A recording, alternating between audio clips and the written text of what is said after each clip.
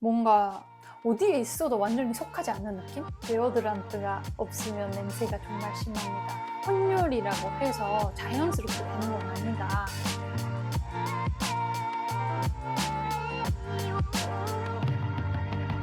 여러분 안녕하세요, 시영입니다. 네, 솔직히 같은 날짜, 같은 장소, 같은 옷으로 찍고 있습니다. 이게 무슨 말이냐? 1편 못 보셨구나? 1편 다시 보고 오십시오. 아무튼 혼혈로 살아오면서 좋았던 점, 안 좋았던 점을 소개해드리고 있는데, 간단한 배경, 제가 왜 이런 얘기를 하게 됐는지 이런 거는 1편 보시면 다 나와 있으니까 1편을 먼저 보고 오시는 걸 추천합니다. 이번 편에서는 혼혈로 살아오면서 안 좋았던 점에 대해서 얘기해 보도록 하겠습니다. 꼬꼬! 안 좋았던 점이 굉장히 많았습니다.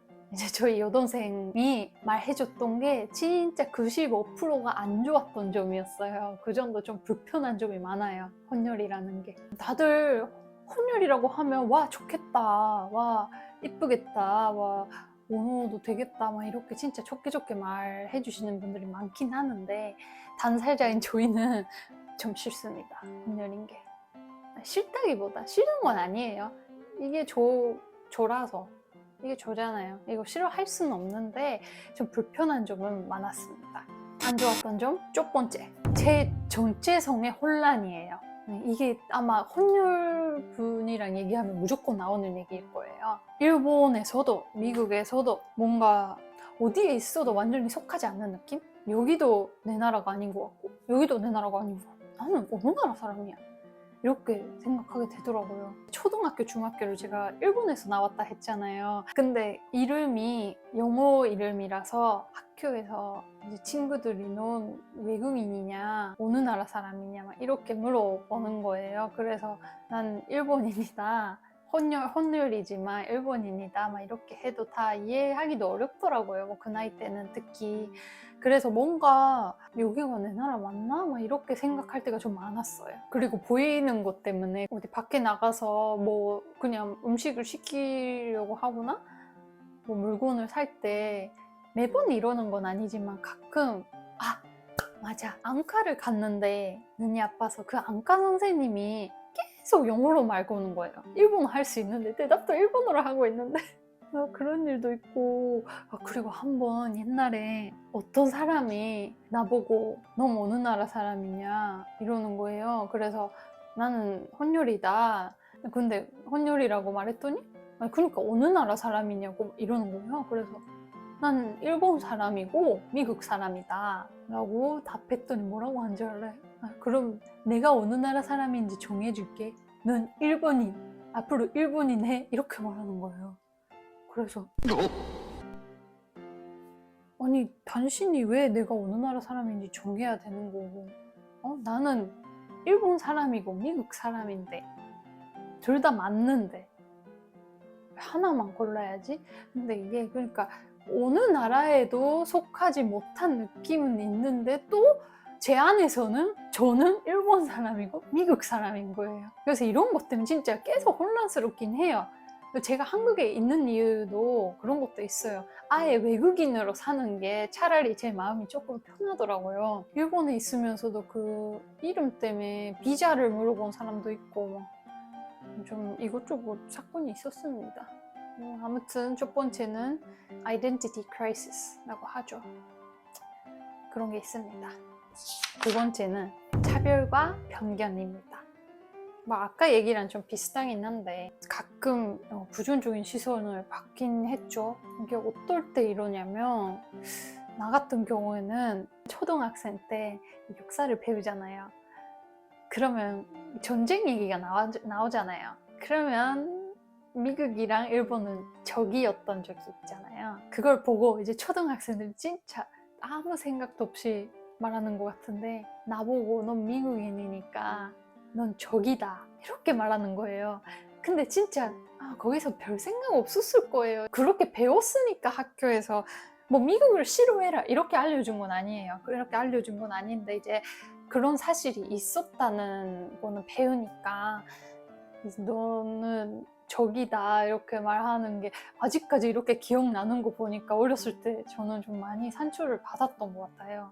그리고 아무래도 부모님 중에 한 명이 외국인이다 보니까 성격, 문화 쪽으로 이제 좀 일본에 살면서도 좀 보통 일본 사람들이랑 다르게 컸더라고요. 그래서 일본에서는 위견을 막 말하면 안 되는 거 아시죠? 약간 다테마에라고 진짜 어렸을 때부터 속마음을 안 보여주는 게 기본이거든요. 근데 그런 걸 제가 왜 못 배웠는지 그냥 만말하는 스타일이었어요. 어렸을 때부터 성격이 아빠를 닮았다 이렇게 말하는데 저는 항상 학교에서 어울리질 못했어요. 친구들이랑. 친구도 뭐 많은 편은 아니었고 좀 어려움을 많이 느꼈습니다. 어렸을 때. 이런 생각이 바뀌었던 게 고등학생 때 미국으로 나가서야 이제 좀 이해가 됐어요. 제가 이게 이래서 일본에서 살기 힘들었구나 이렇게 느낄 수는 있었는데 이거 몰랐을 때는 좀 힘들었습니다. 그리고 세 번째는 이거는 백인이랑 혼혈인 사람들이 공감하실 거예요. 좀 백인이랑 혼혈이면 나오는 특징들이 좀 있는데 좀 민망한 얘기이기도 하는데 저랑 여동생이 어떤 상황이 오면 꼭 연락할 때가 있어요. 그게 언제냐면 데오드란트를 안 바르고 나왔을 때 이게 저희에게는 큰일 나는 날입니다. 왜냐? 데오드란트가 없으면 냄새가 정말 심합니다. 네. 안내라고 하나? 이게 대부분 아시아 사람들은 그러지 않더라고요. 뭐 당연히 있죠. 그런 사람들이 있는데 거의 대부분 그러진 않더라고요. 저희 남편도 진짜 아무 냄새가 안 나요. 너무 부럽게. 와, 저랑 여동생은 정말 데오드란트가 없으면 지하철 탔을 때 이러질 못해요. 냄새 날까봐. 너무 무서워서.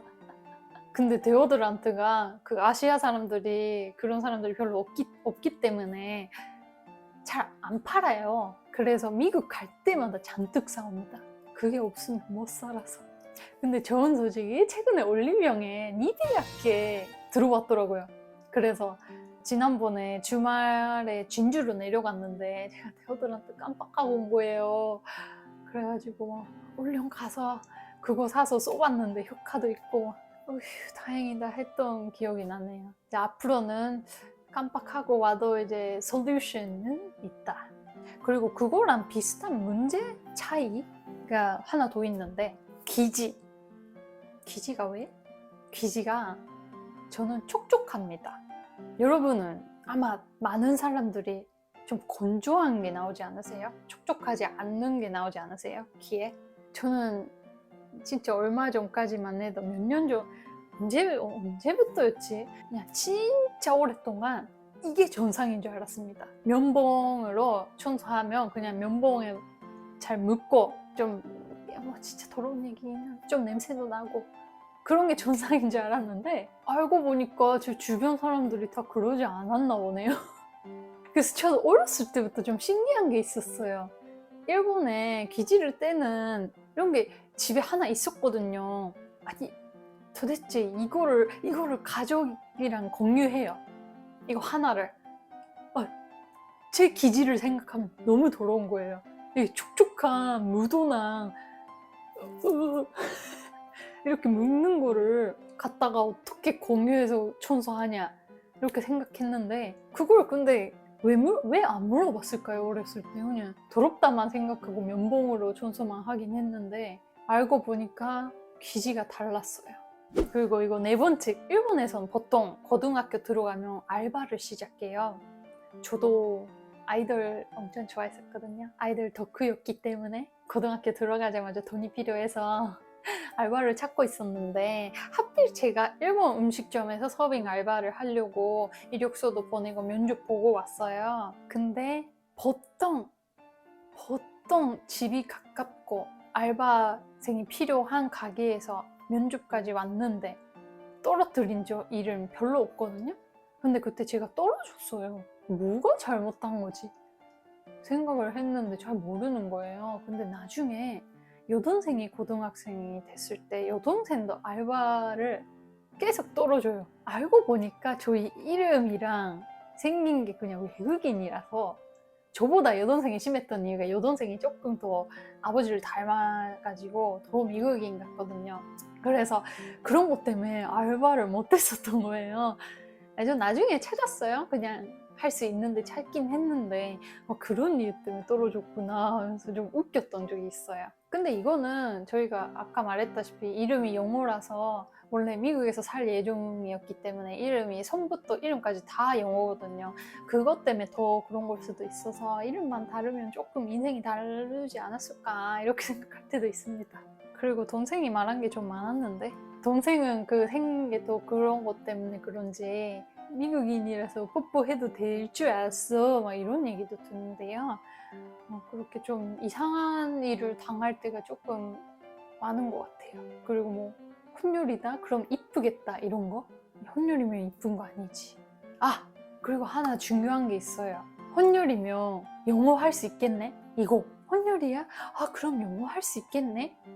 이게 이제 좋았던 점에서는 언어를 배울 수 있는 환경이 잘 돼 있다 이렇게 말했는데, 환경이 잘 돼 있다고 말했던 이유가 환경은 잘 돼 있는데 못하는 사람이 많아요. 솔직히 혼혈이라고 무조건 2개국어 할 수 있는 거 아닙니다. 저희 남동생이 영어를 못했어요. 지금 미국 대학교 들어가가지고 이제 영어를 좀 하기 시작했는데 걔가 진짜 일본어밖에 안 했어요. 영어 조금 듣기 하나 이 정도? 저도 영어 뭐 이해는 하고 쓰기는 했어요. 어렸을 때부터 배웠었어 가지고. 근데 말하는 게 저희 아빠가 심지어 뭐 옛날에 영어 선생님까지 했었어서 제가 틀리면 고치거든요.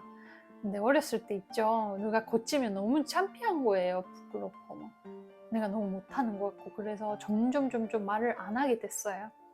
그렇게 말 안 하게 되니까 중학생 후반, 고등학생 되는데 아빠랑 깊은 대화를 하고 싶어도 그게 좀 어렵더라고요. 그리고 아빠가 집에서 유일하게 영어를 하니까 좀 불쌍하기도 했고, 그래서 저는 제가 영어를 배워야겠다 싶어서 미국으로 가서 그런 환경에 제가 저를 이제 일부러 던졌죠.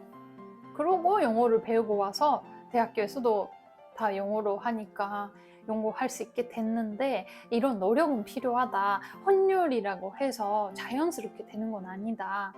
뭐 부모님 노력이든 이제 본인 노력도 있죠. 이런 건 필요한 거이기 때문에 혼혈이라고 해서 무조건 언어가 되겠다 이렇게 생각하시는 건 조금 생각을 바꿔줬으면 좋겠다 하는 점. 제가 근데 한국어까지 하잖아요. 왜 하는지 궁금하세요? 궁금한 사람이 많으면 제가 그것도 영상으로 한번 말씀드리겠습니다. 지금 좀 상황이 웃기죠? 네? 일본이랑 미국 혼혈 얘기를 하고 있는데 다 한국어로 했잖아요. 그렇죠? 좀 이제 부족한 부분이 있겠지만 이해는 하셨나요? 뭐 오늘은 혼혈로서 경험한 좋았던 점, 안 좋았던 점을 이렇게 말씀드렸는데 어떠셨나요? 이런 경험들이 저를 더 강하게 만들어줬던 거고, 여러분들도 다양한 문화와 사람들을 이해하는데 조금이라도 도움이 됐었으면 합니다. 이 얘기를 듣고 여러분 생각은 어떠신가요? 댓글로 남겨주시면 저 하나하나 답글 하거든요.